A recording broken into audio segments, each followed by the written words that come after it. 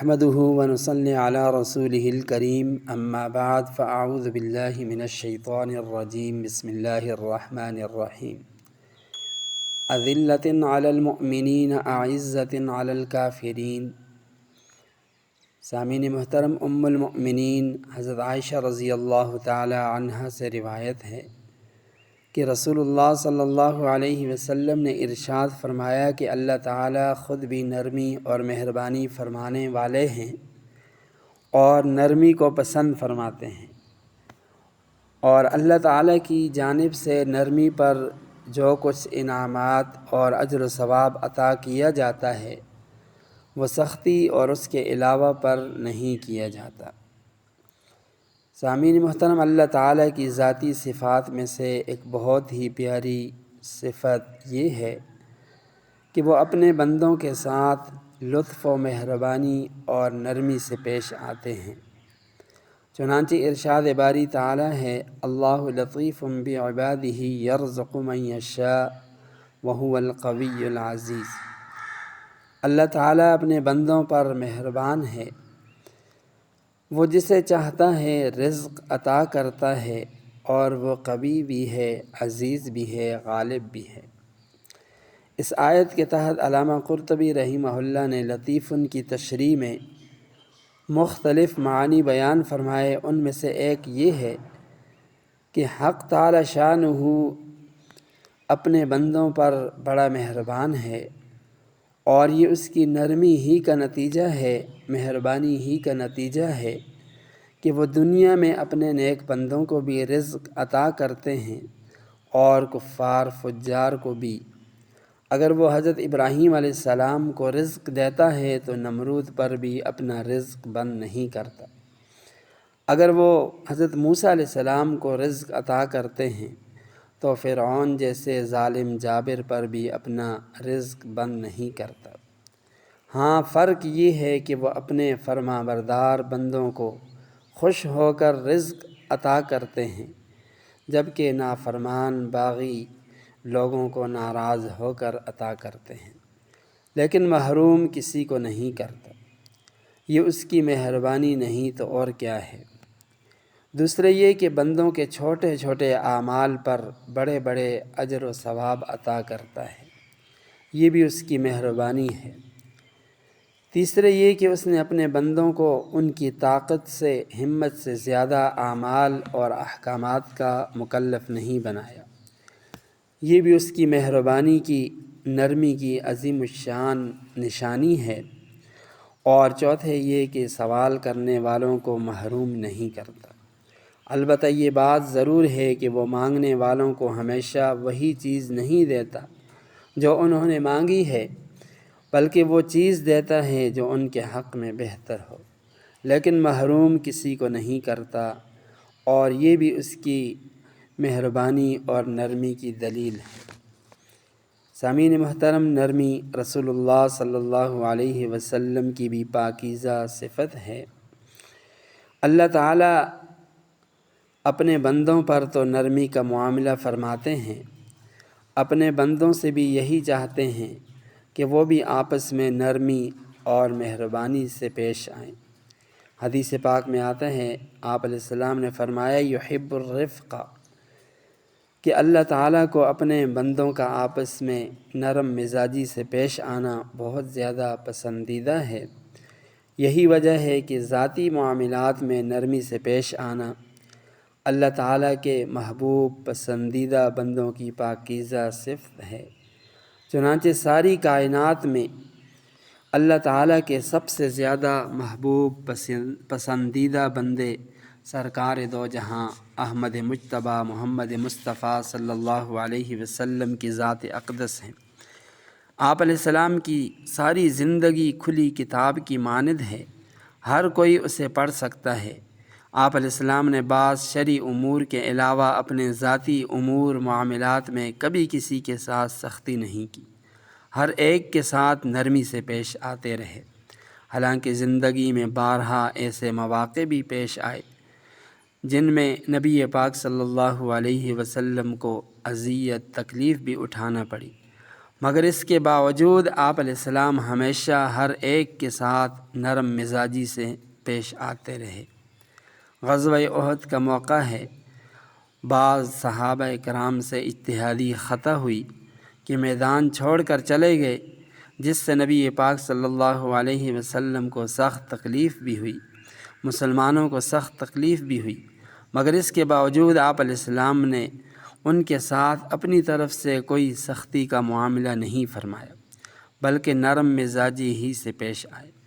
سیرت النبی کا مشہور واقعہ ہے، مدینہ طیبہ میں منافقین کا سب سے بڑا سردار عبداللہ بن ابی، جو ہر وقت آپ علیہ السلام کے خلاف، اسلام کے خلاف، مسلمانوں کے خلاف سازشیں کرتا رہتا تھا، مسلمانوں کو، اسلام کو نقصان پہنچانے کا کوئی موقع ہاتھ سے جانے نہیں دیتا تھا۔ بظاہر اپنے آپ کو مسلمان کہتا، لیکن حقیقت میں وہ منافق تھا، پکا کافر تھا، خود منافق ہے اور بیٹا عبداللہ پکا سچا مسلمان۔ چنانچہ جب اسی منافق کا انتقال ہوا تو اس کے بیٹے عبداللہ آپ علیہ السلام کی خدمت میں حاضر ہوئے، عرض کیا، یا رسول اللہ، اے اللہ کے رسول، میرے والد کا انتقال ہو گیا، میری آپ سے درخواست ہے کہ آپ اپنا مبارک کرتا عطا فرمائیں تاکہ اسے بطور کفن پہنا دیا جائے، اور دوسری درخواست یہ ہے کہ آپ میرے والد کی نماز جنازہ پڑھائیں۔ آپ علیہ السلام کی نرم مزاجی دیکھیے کہ بیٹے کی درخواست پر آپ علیہ السلام نے اپنے دشمن کے لیے بھی بطور کفن اپنی چادر عنایت فرما دی اور اس کی نماز جنازہ پڑھانے کے لیے بھی تیار ہو گئے۔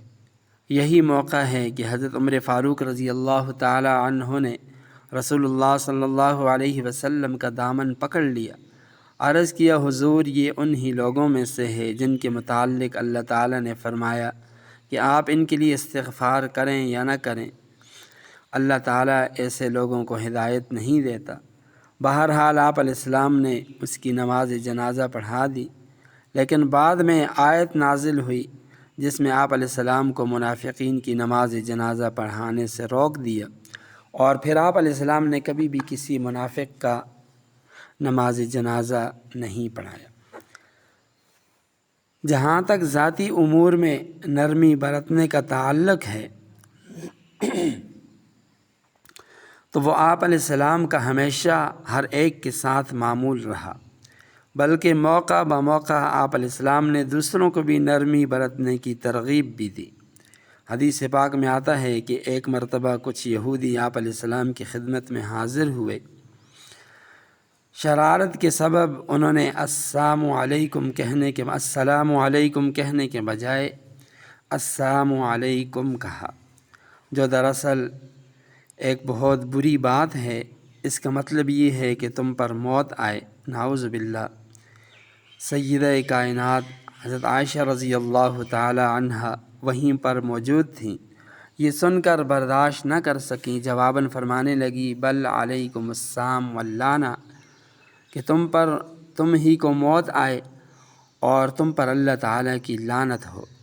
اس پر نبی پاک صلی اللہ علیہ وسلم نے فرمایا، اے عائشہ، یہ سختی اور سخت کلامی مناسب نہیں، کیونکہ اللہ تعالیٰ خود بھی نرمی برتنے والے ہیں اور نرم مزاجی کو پسند فرماتے ہیں۔ اسی طرح حدیث پاک میں آتا ہے، نبی علیہ السلام سیدنا ابو بکر صدیق رضی اللہ تعالی عنہ کے پاس سے گزرے۔ اس وقت سیدنا ابو بکر صدیق رضی اللہ تعالی عنہ اپنے کسی غلام پر ناراض ہو کر اس کو ڈانٹ رہے تھے، اس پر لعن طعن کر رہے تھے۔ نبی علیہ السلام حضرت ابو بکر صدیق رضی اللہ تعالی عنہ کی طرف متوجہ ہوئے، فرمایا، صدیق ہو کر لعن طعن کرے، رب کعبہ کی قسم ایسا نہیں ہو سکتا۔ لعنت و ملامت اور صدیقیت ایک جگہ جمع نہیں ہو سکتے۔ صدیق کے لیے کسی پر لعن طعن کرنا بالکل مناسب نہیں، کیونکہ لعنت و ملامت کرنا سختی کی علامت ہے، اور صدیق کو سخت نہیں ہونا چاہیے، نرم ہونا چاہیے۔ نبی علیہ السلام کے سیدنا ابو بکر صدیق رضی اللہ تعالی عنہ کو سختی پر تنبیہ فرما کر نرمی کی ترغیب دینے کا اثر یہ ہوا کہ سیدنا ابو بکر صدیق رضی اللہ تعالی عنہ نے اسی دن اپنے کئی غلام آزاد کر دی۔ اس کے بعد سیدنا ابو بکر صدیق رضی اللہ تعالی عنہ نبی پاک صلی اللہ علیہ وسلم کی خدمت میں حاضر ہو کر وعدہ کیا کہ اللہ کے رسول آئندہ میں کسی کے ساتھ اپنے ذاتی معاملات میں سختی نہیں کروں گا۔ بہرحال اپنے نجی ذاتی امور معاملات میں نرمی اختیار کرنا اللہ تعالیٰ اور اس کے رسول صلی اللہ علیہ وسلم کو پسند ہے۔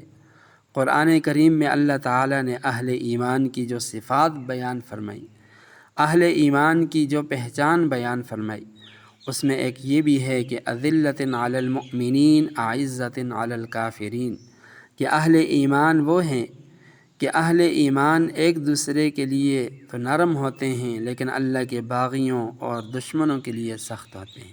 آپس میں وہ بڑے نرم ہوتے ہیں، ایک دوسرے کے ساتھ بڑی نرم مزاجی سے وہ پیش آتے ہیں۔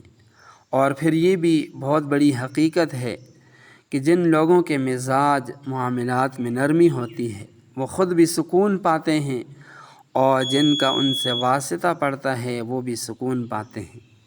اس کے برخلاف آپ دیکھیں کہ جو لوگ سخت مزاج ہوتے ہیں وہ خود بھی ہر وقت پریشان ہوتے ہیں، اور جن کا ان سے واسطہ پڑتا ہے وہ ان کو بھی پریشان کرتے ہیں۔ اور یہ نرم مزاجی کی سب سے بڑی فضیلت یہ ہے، نبی علیہ السلام نے فرمایا کیا میں تمہیں اس شخص کے متعلق خبر نہ دوں جو جہنم پر حرام اور خود جہنم کی آگ اس پر حرام ہے؟ فرمایا اے لوگو سنو، میں بتاتا ہوں کہ جہنم پر وہ شخص حرام ہے اور خود جہنم کی آگ بھی اس پر حرام ہے، ہر اس شخص پر جو نرم مزاج، نرم دل، نرم طبیعت اور لوگوں سے قریب ہو۔ اللہ تعالیٰ سے دعا ہے کہ وہ اپنی مہربانی سے ہم سب کو نرم مزاجی جیسی اعلیٰ صفت سے متصف فرمائے۔ وآخر دعوانا ان الحمد للہ رب العالمین۔